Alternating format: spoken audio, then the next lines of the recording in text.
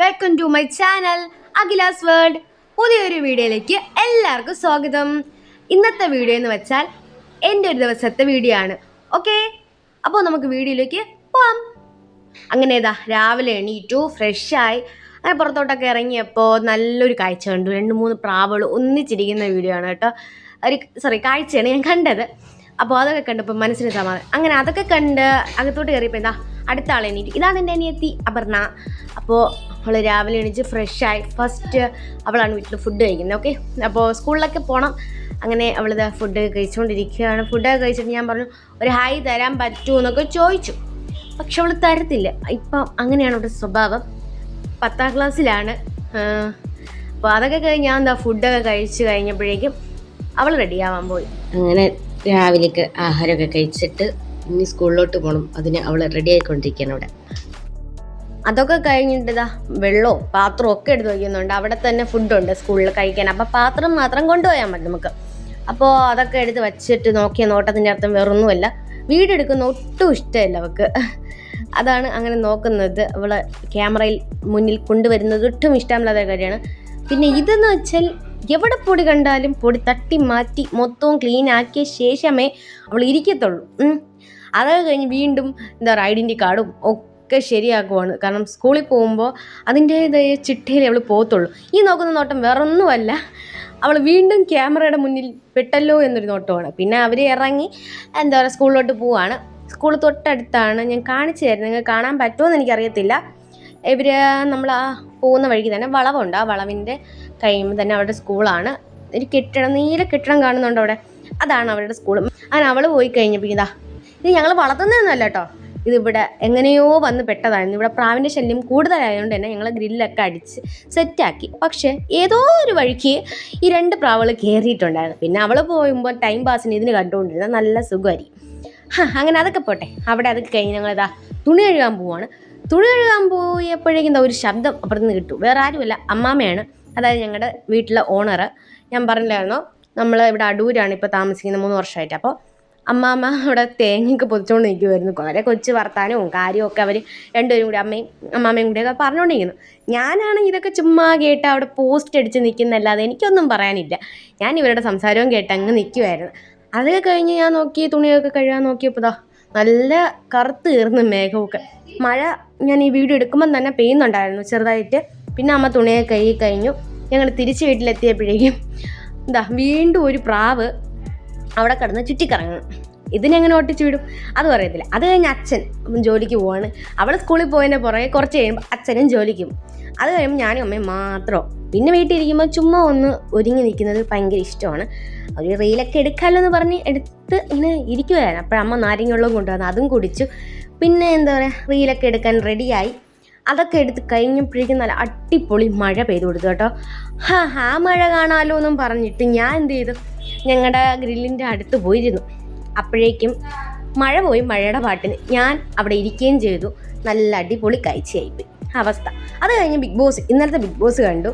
കാരണം ഞങ്ങൾ രാത്രി കാണാറില്ല, അതുകൊണ്ട് ഒരു ഉച്ചയ്ക്കാണ് കാണാറ്. അതൊക്കെ കഴിഞ്ഞ് ഫുഡൊക്കെ കഴിച്ചിട്ട് ഇരിക്കുമായിരുന്നു. അത് ഫുഡൊക്കെ കഴിച്ച് കഴിഞ്ഞ് കുറേ കഴിഞ്ഞ് എഡിറ്റൊക്കെ ചെയ്തു. മൊബൈലിൽ കുറച്ച് വീഡിയോസൊക്കെ എഡിറ്റ് ചെയ്യാനുണ്ടായിരുന്നു. അതൊക്കെ കഴിഞ്ഞ് ബോറടിയാണ് ഇവിടെ. കാരണം +2 കഴിഞ്ഞതേ ഉള്ളൂ. അപ്പം ക്ലാസ്സൊന്നും തുടങ്ങിയില്ല വേറെ. പിന്നെ ഇങ്ങനെ റോഡിൽ കൂടി പോകുന്ന വണ്ടിയും കിളികളും മലകളും അങ്ങനെയുള്ള കാഴ്ചകളൊക്കെ കണ്ട് അവിടെ ബോറടിച്ചിരിക്കുമ്പോഴാണ് അമ്മ പറയുന്നത് നീ കൂടെ വരുന്നോ എന്ന് ചോദിച്ചു. വേറെ ഒന്നിനുമല്ല, വേസ്റ്റ് ഇടാൻ. അങ്ങനെ ഒന്നും നോക്കിയില്ല, അമ്മയുടെ ഒപ്പം വേസ്റ്റ് ഇടാനും കൂടി പോയപ്പോൾ ഒരു സമാധാനവും ബോറടിയും മാറിക്കിട്ടി. ഞാനൊരു കാർഡ് കാണിച്ചു തരാം.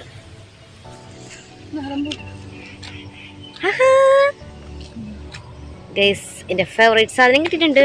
Rambutan, rambutan. ഇതൊക്കെ നമ്മുടെ ഇവിടുത്തെ അമ്മാമ്മയുടെ കൃഷികളാണ്. ഓക്കെ,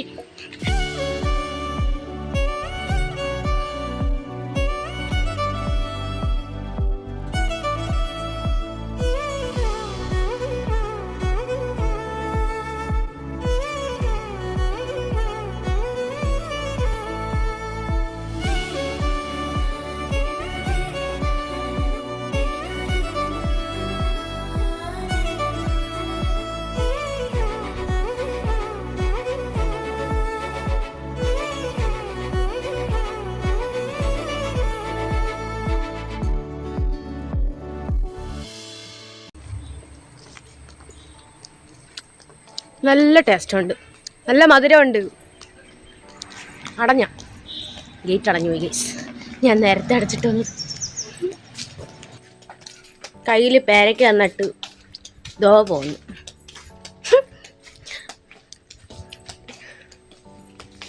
എനിക്കാണെങ്കിൽ വീണ്ടും റംബൂട്ടാൻ കഴിക്കാൻ തോന്നുന്നു. നല്ല ടേസ്റ്റ് ഉണ്ടമ്മ, വീണ്ടും വീണ്ടും കഴിക്കാൻ തോന്നുന്നു റംബൂട്ടാൻ. കുരു അടക്കം ഞാൻ കഴിച്ചെന്നാ തോന്നുന്നത്. കുരു ഇല്ല അത്ര, അതുകൊണ്ട് കുഴപ്പമില്ല. അമ്മമ്മയുടെ വേറൊരു കൃഷി ഞാൻ കാണിച്ചു തരാം. കണ്ടോ മുളക്. ഇനി നമുക്ക് പോയി കരിയേപ്പില എടുത്തിട്ട് വരാം ഗൈസ്. കണ്ടോ സംഭവം കിട്ടി. നിങ്ങൾക്ക് ഞാൻ 2-3 ചേച്ചിമാരെ കാണിച്ചു തരാം. ആഹാ കൊതു കൊല്ലണ്ടാന്ന് ചോദിച്ചാൽ കൊല്ലേണ്ടി വരും. അതാണ്.